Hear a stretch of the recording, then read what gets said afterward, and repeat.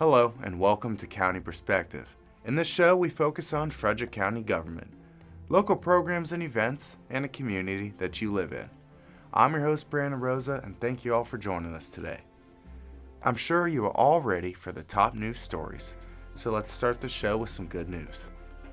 Frederick County's agriculture industry is creating value-added products and services to ensure the industry thrives into the future. To support their efforts, Frederick County Executive Jan Gardner and County Council Vice President Michael Blue announced over $500,000 in agriculture innovation grants to 9 farming operations. Executive Gardner doubled the funding for the program for this cycle using a portion of the county's American Rescue Plan Act allocation. The competitive grant program provides funds twice a year to encourage diversification and innovation in farm operations. Executive Gardner also announced a one-time farmer relief grant program to help full-time Frederick County farmers partially offset the rapid rising cost of fertilizer. Grants will provide $20 an acre to verified fertilizer purchases. Applications will be accepted between June 15th and July 15th. Details are available at frederickcountymd.gov/farmerrelief. 7 historically significant rural properties will be preserved through Frederick County's Rural Historic Preservation Grant Program, one of only few rural historic preservation programs of its kind. Frederick County Executive Jan Gardner announced recipients of the competitive grants, which total $299,330. This program is another tangible step in Frederick County's implementation of our award-winning Livable Frederick Master Plan. We're taking action to protect what we value about Frederick County, our history, our agriculture, and most of all, our people.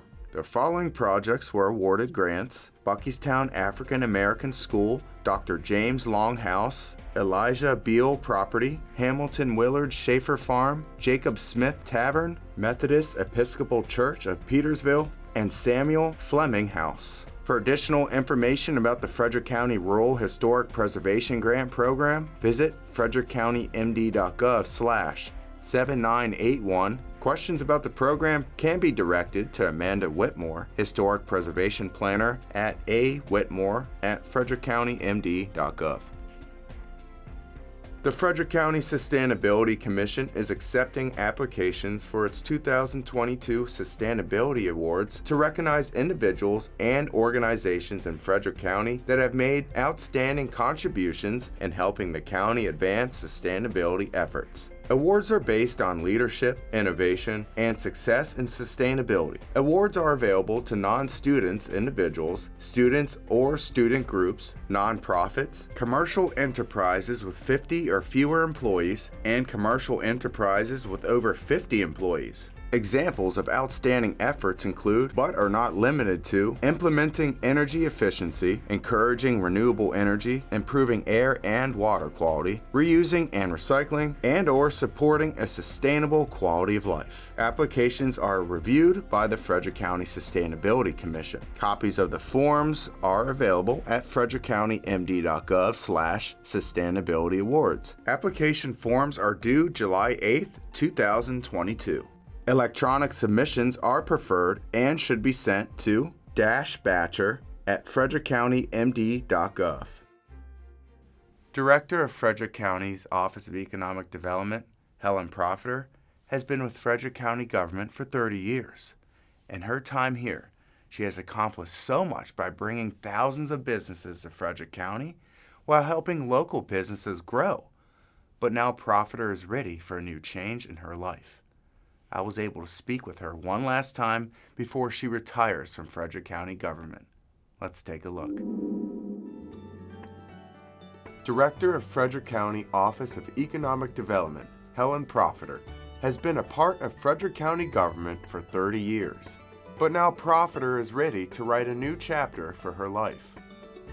My last day with Frederick County will be June 22nd. I hit my 30-year mark back in April and have been thinking about what's next, but thought that it was time to try something new. Her journey with Frederick County government started in 1992, and since then, she has had many roles and has seen quite a bit of changes. 30 years ago, I started at 520 North Market Street. It's now a housing development, but back in those days, it was the job training agency, which then rebranded themselves to Workforce Services. What a different work environment that was. I mean, to the point where everyone had a desk, no computers, no internet, no cell phones, and a lot of papers because everything was done by hand. Started back at Workforce Services working with manufacturers who were downsizing at the time. Had an opportunity to go with Frederick Community College and not only sell workforce services, but also sell all the classes and business resources that Frederick Community College had. Ended with Workforce Services, overseeing the youth services program, which, looking back over 30 years, is still one of my favorite jobs I ever had. And then I moved into economic development as the assistant director, started working with the biotech industry, and then moved into the director role and have watched, my goodness, the biotech industry truly take off and create us as a leader. The craft beverage industry, which didn't exist 30 years ago. And my goodness, we have a cannabis industry. Who would have predicted that? In the early 2000s, Propheter took charge of the Office of Economic Development, even when a recession came in her path. I came into the Office of Economic Development back in 2007, and that's when we hit a recession. And so my excitement kind of changed to how do we help businesses become more resilient? And then I felt like the wheels on the train started really chugging fast, and our trajectory has really grown with businesses wanting to be here, businesses that are here expanding. As the director of Office of Economic Development, Propheter personally saw thousands of businesses grow in Frederick County, and she made sure that her and her team of talented individuals were always able to hold the door open for more businesses to come into the county. We try to work with about 5 businesses a week. So if you think there are 52 weeks in a year, and I've been doing this for 15 years, my guess is a little bit over 3,000 businesses. So a lot of businesses here in the county that I've personally worked with. So my job here as director is I have a staff of 10. Some of that team works with the agriculture business industry. Some work with business retention. So all the businesses that are already in Frederick County, helping them expand and get the resources they need to thrive. And then we have a business attraction team. And then in addition to that, we have about 30 staff with workforce services. I remember when Frederick County was a location that we felt like if the business couldn't afford to locate in Montgomery County or even Howard County, we might be third choice, right?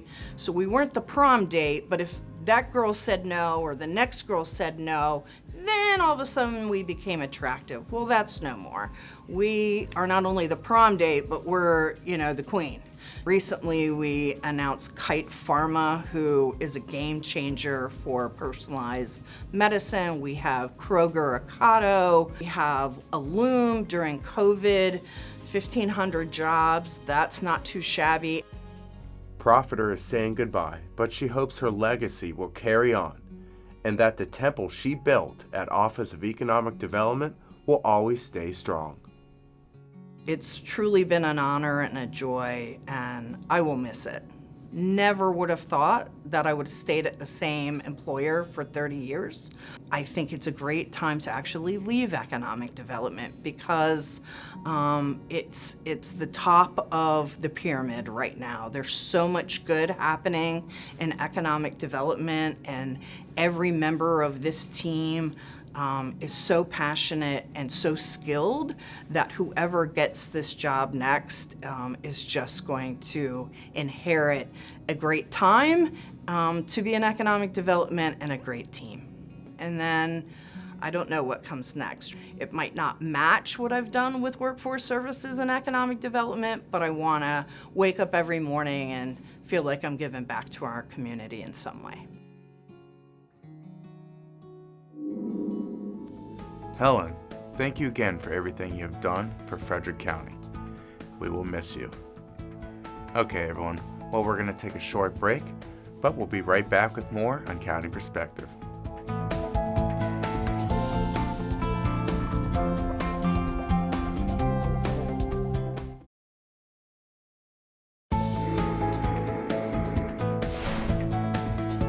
Welcome back to County Perspective. I'm your host, Brandon Rosa.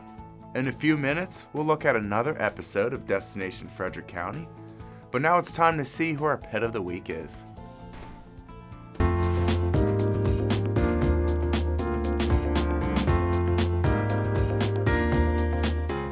Fiat is a former fraidy cat looking for a forever home.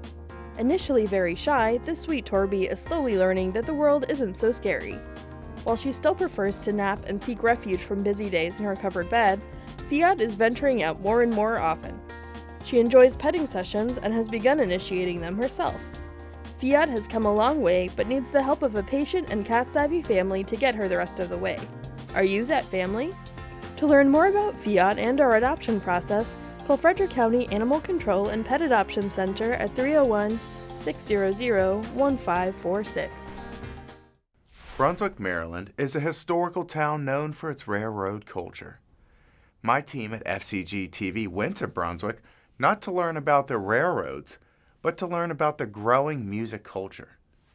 Take a look at this new episode of Destination Frederick County to learn more. Music connects people to the past and defines culture and communities. The historic railroading town of Brunswick, Maryland is best known today for its proximity to natural resources and trails. But music is once again bringing people together and making Brunswick an entertainment destination in Frederick County. I took Angeline up to the county fair. Her papa chased me halfway home, told me to stay there. Angeline Baker, Angeline I know. Should have married Angeline 20 years ago. Brunswick is amazing for our natural resources, and biking and walking and kayaking are great. But there's so much more here. There's so much more that you can find at that old church that's been repurposed, and they have concerts, or the new Cannons event space that they will start to have concerts, or the aftermarket music that we have after our farmers market, or the numerous events that we have where all these new artists are popping up and are fantastic. That's the reason why you want to come to Brunswick and spend the entire day with us.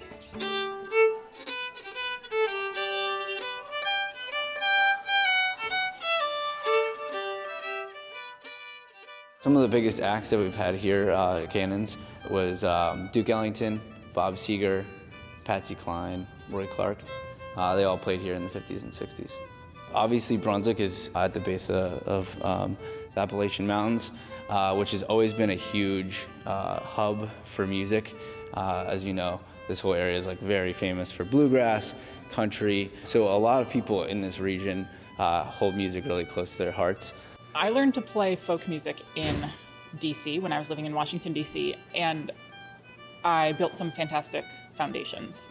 But it wasn't until I came out and I was living in Brunswick and attending jams in Brunswick and Harper's Ferry and some others in the region that I was playing shoulder to shoulder with other musicians who have been playing this music for a very long time. And it was through that process that I was able to really internalize what the music of this region is. There are so many musicians in the area that play an instrument, they sing, some write their own songs. And our open mic was a very comfortable open mic where they were invited to whatever level you were in, were invited to play. Everybody applauded encouraged each other. It was just seems like the beginning of musicians. Yeah, you can do it. You can play on stage.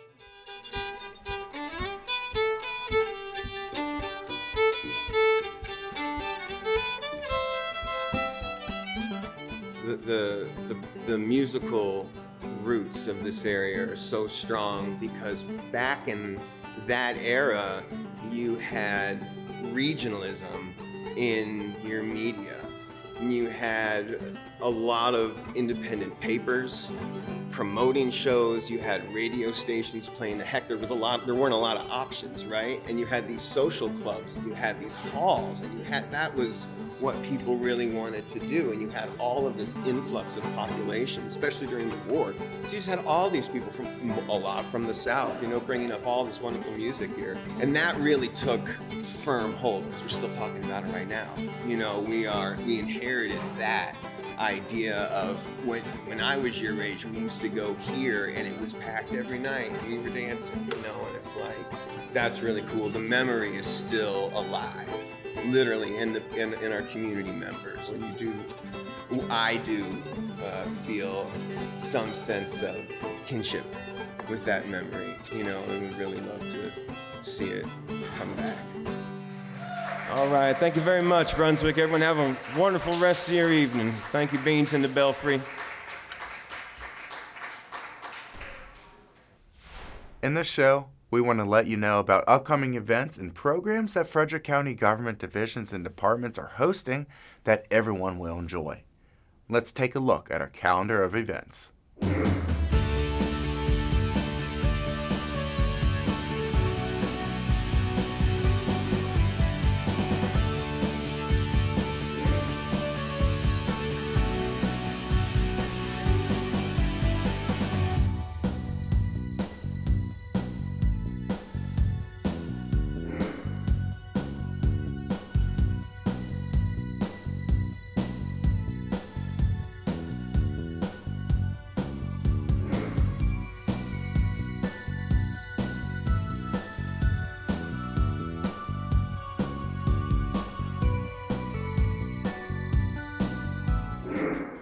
If you'd like to find out more about virtual events and programs and activities that are going on in the county, visit frederickcountymd.gov.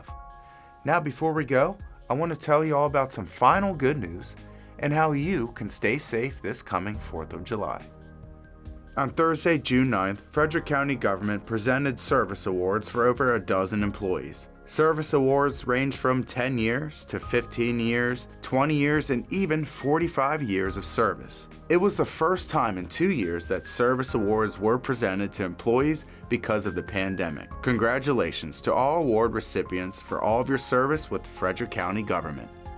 As you all know, 4th of July is just around the corner. That means delicious barbecue food, hanging out with family and friends, and of course fireworks. But fireworks can be dangerous, so here are some tips to keep you and your family safe during the upcoming holiday. First things first, remember to leave the fireworks to the professionals. According to nationalsafetycouncil.org, in 2017, 8 people died and over 12,000 were injured, badly enough to require medical treatment after fireworks-related incidents. nationalsafetycouncil.org lists some safety tips for you all to remember if you are using legal fireworks. Never allow your children to handle fireworks. Older children should use them only under close adult supervision. Never use fireworks while impaired by drugs or alcohol. Anyone using fireworks or standing nearby should wear protective eyewear. Never hold lighted fireworks in your hands. Never light them indoors. Only use them away from people, houses, and flammable material. Soak both spent and unused fireworks in water for a few hours before discarding.